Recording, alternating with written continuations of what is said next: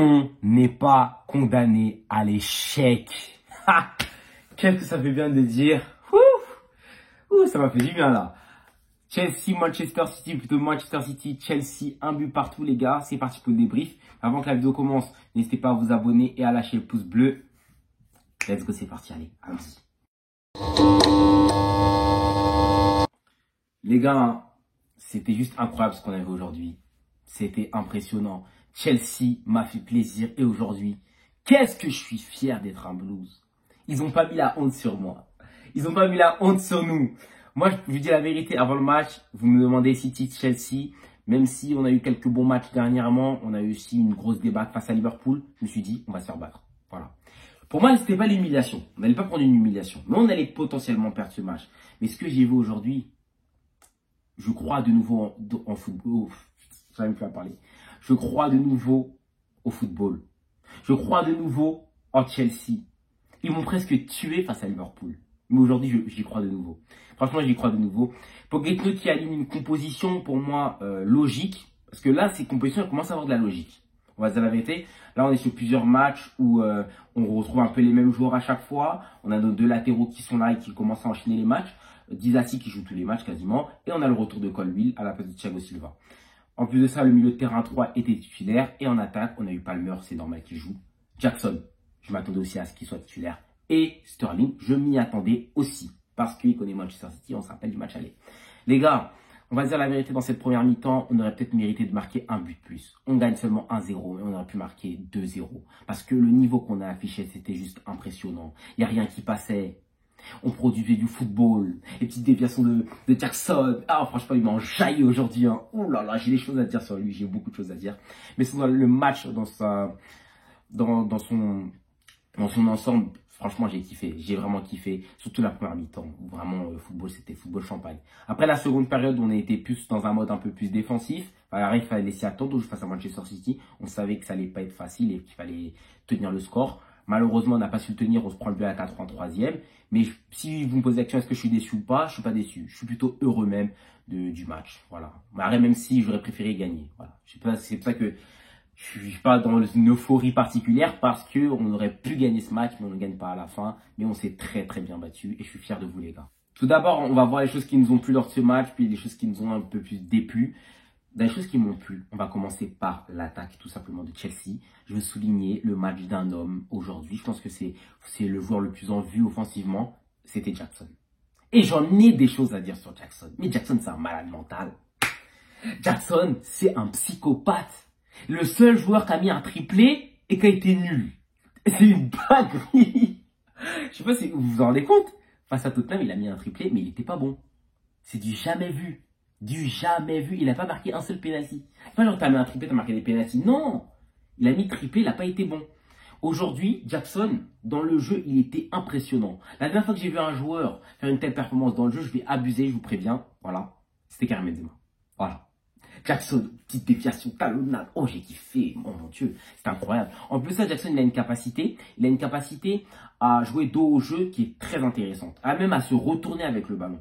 Parce qu'aujourd'hui, il se tape Ruben Dias dans son dos, mais malgré ça, il arrive quand même à faire l'attaque en pivot. Il arrive quand même à gratter des ballons. Il arrive quand même à faire ses déviations. On voit qu'à l'entrée d'une Coucou que c'est beaucoup plus compliqué pour une Coucou de s'imposer face aux défenseurs centraux de Manchester City. Mais Jackson, il a une facilité avec ça. Dans le jeu, quand il est à 40-50 mètres loin des cages, il est trop fort. Mais une fois qu'il approche des cages, misère! Je sais pas ce qui s'est passé. L'action qu'il rate quand Sterling il lui fait la passe, c'est pas la première fois qu'il a raté là. Il a raté exactement la même face à Manchester United où il fait un petit contrôle comme ça qu'il met en difficulté puis il n'arrive pas à tirer derrière. Jackson, c'est ça son problème. Son problème, c'est même pas tant sa finition parce qu'il frappe pas. Le problème, c'est qu'il n'arrive pas à frapper devant le gardien. Et il est là le problème de Jackson. Et moi, quand il est parti à la cage, j'attendais à ce qu'il revienne un peu en confiance. Mais le fait qu'il n'ait pas joué, je savais qu'au final, le gars, il est parti, il est revenu, c'est le même joueur. Dans le jeu, il nous propose certaines garanties depuis son retour, ça qui sont très intéressantes. Mais au niveau de la finition, c'est la même chose malheureusement. Et aujourd'hui, on l'a vu, on aurait pu le payer très cher. Voilà. Mais bon, ça c'est pas fait. Il a été très bon dans le jeu et franchement, j'ai kiffé cette performance de Jackson. Tu m'as enjaillé. Sérieusement, tu m'as enjaillé. Après, pour les deux autres, hein, Sterling, il a fait un plutôt bon match. Il a une action, il peut lober le gardien, il se loupe. Bon, voilà, on va pas le condamner sur ça non plus. C'est lui qui marque le but, même si j'ai eu peur. J'ai cru que s'il allait rater. Palmer de son côté, impressionnant dans le jeu. Impressionnant dans le jeu. Et surtout, un des hommes de cette première mi-temps, c'est bien lui. Il a une facilité à jouer. Oh mon Dieu. À déstabiliser, à garder le ballon, à construire le jeu. Il est trop fort, Palmer. À un moment donné, il arrive, il se tourne, petit pont. Quand il a fait ça, je me dis, c'est bon, c'est fini. Quel match de Cole Palmer. En face, il y a Foden et il envoie un message direct. Hein. C'est plus un petit. Les petits ont grandi. Palmer, il envoie un message direct à Guardiola, direct là-bas. Hein. Je suis plus un petit, gros. Putain, non, c'est incroyable ce que Palmer nous a proposé aujourd'hui. La partition de sa part, c'est comme d'habitude. De toute façon, on le connaît bien. À Chelsea, il fait ça depuis longtemps cette saison. En plus de ça, il arrive à quantifier tout ça avec de très belles statistiques cette saison. C'est 10 buts marqués en Première Ligue et 6 passes décisives. Aujourd'hui, il n'en fait pas, mais dans le jeu, il est juste incroyable. Maintenant, passons au milieu. Le milieu de terrain de Chelsea, juste impressionnant. Aujourd'hui, impressionnant. Ça fait plusieurs matchs qu'ils jouent ensemble. Ils font beaucoup de titularisations ensemble, les trois. Moi, je trouve que par moments, c'est pas très pertinent lorsqu'on joue contre un bloc bas, par exemple. Je trouve que ça manque un peu de créativité. Mais lorsque tu joues loin de tes caches comme ça, face à Manchester City, où tu sens qu'il y a un match où tu vas vraiment jouer le duel, franchement, les trois là, c'est parfait. Franchement, les trois là, c'était parfait. Caicedo, pour toutes les personnes qui le critiquaient, ça, c'est un message fort. C'est un message pour vous. Il joue pas en Timberland, le frérot. Il joue chez Nike. Il est chez Nike. Il n'est pas chez Timberland. Enzo Fernandez, top match. Gallagher, top match. Ils ont joué ensemble. Ils étaient soudés. Ils ont tout fait à trois. Caicedo, franchement, à la limite, il m'a fait peur parce qu'une fois qu'il prend le carton jaune au premier mi-temps, je suis dans la frayeur où je me dis, en fait, je suis dans les pensées. Je me dis que, voilà, il va devoir jouer un peu plus mollo la seconde période. En plus, on le connaît, il aime bien faire sa petite faute devant la surface de réparation. Ça, en fait, c'est un classique. Hein. S'il le fait pas, on dirait qu'il se sent mal. Il l'a encore fait. On se prend encore un coup franc de Bruyne qui passe à côté. Mais sinon, à part ça, Caicedo, c'est monstrueux. Enzo aussi, Gallagher aussi. C'était combatif. Carrément, les trois ne sont même pas sortis. On a rajouté Casada en fin de match. Mais vraiment, la performance du milieu de terrain de Chelsea, juste hallucinante. Ces gars-là sont trop forts. Ils sont trop forts. Maintenant, on attendait tous ce moment, la défense. Et pour les défenseurs, j'en ai des choses à dire. D'abord, je vais prendre le cas de Malo Gusto. Malo Gusto, j'ai déjà dit l'autre jour, on a deux Reece James. On a deux Reece James. Oui, vous m'entendez bien. Reece James, un des meilleurs centraux défenseurs droits au monde. Même si, avec ça, les blessures, bien sûr. Mais les gars, la performance qu'il nous a claqué aujourd'hui, que ce soit défensivement ou bien offensivement, il était impeccable. Il a eu 12 duels à peu près contre Doku. 9 remportés. Doku, en fait, quand il s'agit de jouer contre Chelsea, hein, on voit des failles, hein. L'autre jour, James qui l'a cadenassé. Aujourd'hui, c'est Gusto. Quand c'est pas Milner en face, hein, un Doku. En tout cas, non, il a été trop fort, Malo Gusto. Et surtout en fin de match, où tu sens que City pousse énormément sur son côté, il n'y a rien qui passe. Sur cette fin de match où tu dis que vraiment, ça va être compliqué, les gens sont sûrement lourds. Gusto, il n'y a rien qui passe. Et en plus, on voit ses projections qu'il fait. Par moment, il va solo, il monte avec le ballon, il tente des trucs. Non, Gusto, forcément, tu m'as fait plaisir.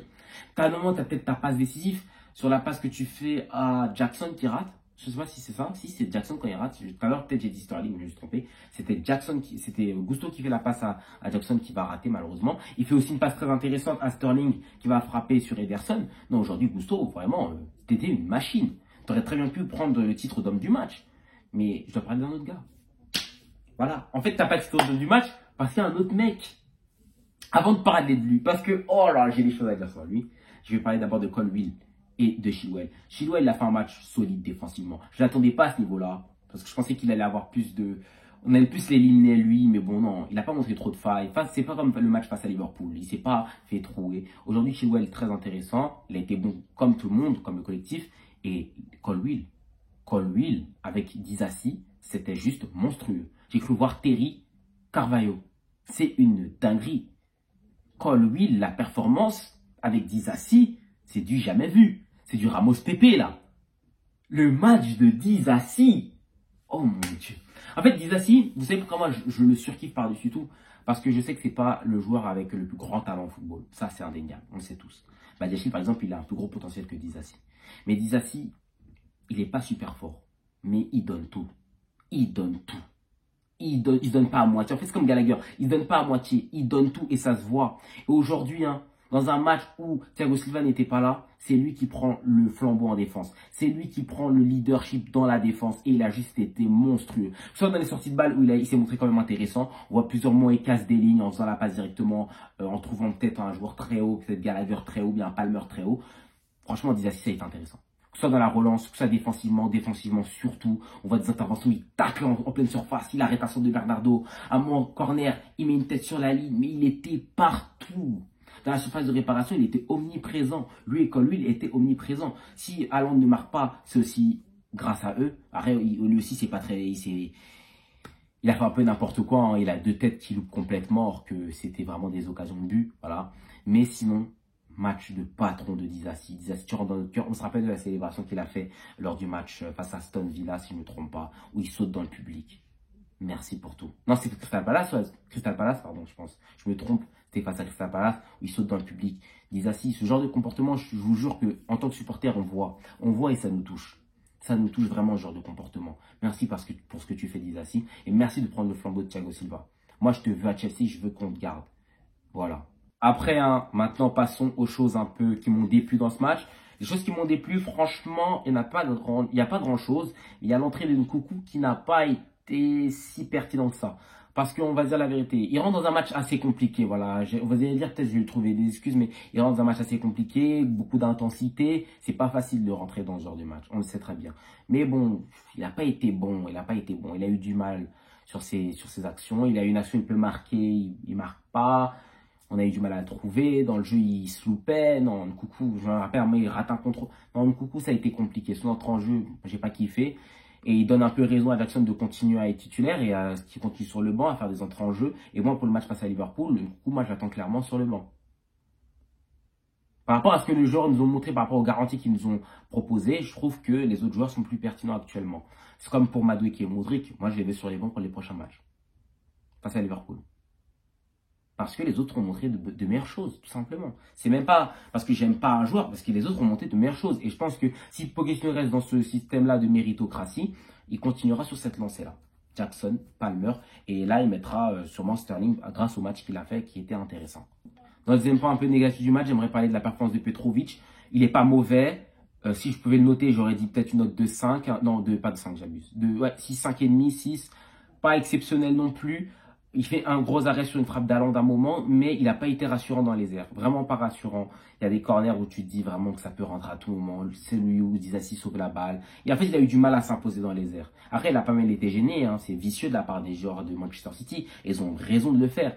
Mais aujourd'hui, il a été déstabilisé. Il a eu du mal à s'imposer dans les airs. Mais mis à part ça, sur sa ligne, il a été correct. Voilà, il a fait l'arrêt quand il fallait. Malheureusement, il se prend le but parce que la frappe, elle dévie par Chalobah. Chalobah qui fait une entrée en jeu, ça va. Il s'acclimate dans le match. Même s'il dévie le ballon qui va dans les cages, il aurait pu faire un peu mieux. Mais tranquille, on ne va pas lui blâmer. Après ce match-là, on a fait un match solide. On a montré de belles choses. Les commentateurs faisaient que dire peut-être c'est la naissance de quelque chose avec Chelsea. Mais le problème avec Chelsea, c'est que cette saison, on avait déjà fait des matchs comme ça. On s'appelle du 4-4. Et tu te dis que tu dis qu'en fait, finalement, ce match, c'est même pas une garantie. Le prochain match, on peut jouer comme des merdes. C'est clairement ça, en fait. Et c'est ce qui me fait peur actuellement. J'espère qu'on montrera un visage toujours positif et qu'on arrivera à enchaîner peut-être 4-5 matchs bons. Mais on peut tomber à n'importe quel moment et c'est ça le Chelsea Pochettino cette saison. Après, Pochettino, aujourd'hui, je trouve qu'il s'est bien débrouillé. À voir ce que ça va donner face à Liverpool. Si tu gagnes Pochettino face à Liverpool, moi, je te dis clairement, je te pardonne. Voilà. Vous allez dire peut-être que je suis trop gentil. Pochettino, tu fais un bon match face à Liverpool, je te pardonne. Voilà. Tu as fait un top 1 face à City. Tu gagnes face à Liverpool, je t'accorde peut-être un sursis de 6 mois. Je te donne 6 mois en plus peut-être. Jusqu'au mercato d'hiver prochain. Tu vas faire tes preuves encore. Franchement, la période d'essai, on va la rallonger si tu veux. Parce qu'en vrai, les gars, c'est intéressant. Parce que si Chelsea, comme on dit, si Chelsea performe à chaque fois comme ça, on serait peut-être 5e, 4e de Premier League. Normal. Mais bon, voilà, c'est pas le cas. En tout cas, prochain match face à Liverpool, on attend une victoire de nos Blues, les gars. Ce sera le match le plus important de la saison, dimanche prochain. J'espère qu'on sera tous derrière à l'écran. Et j'espère que je serai devant vous de nouveau avec le sourire. Mais pas déçu. Vraiment, les gars, ce match-là, je l'attends avec impatience. Jürgen Klopp, pour qu'elle a fait sa déclaration, j'ai le seul. C'est pas grave, en tout cas. On n'est pas condamné à l'échec. Malgré tout ça, on n'est pas condamné, les gars. On s'attrape au prochain débrief. Merci à vous de regarder mes vidéos. N'hésitez pas à lâcher le pouce bleu, le like. On s'attrape très bientôt. On n'est pas condamné à l'échec, les gars.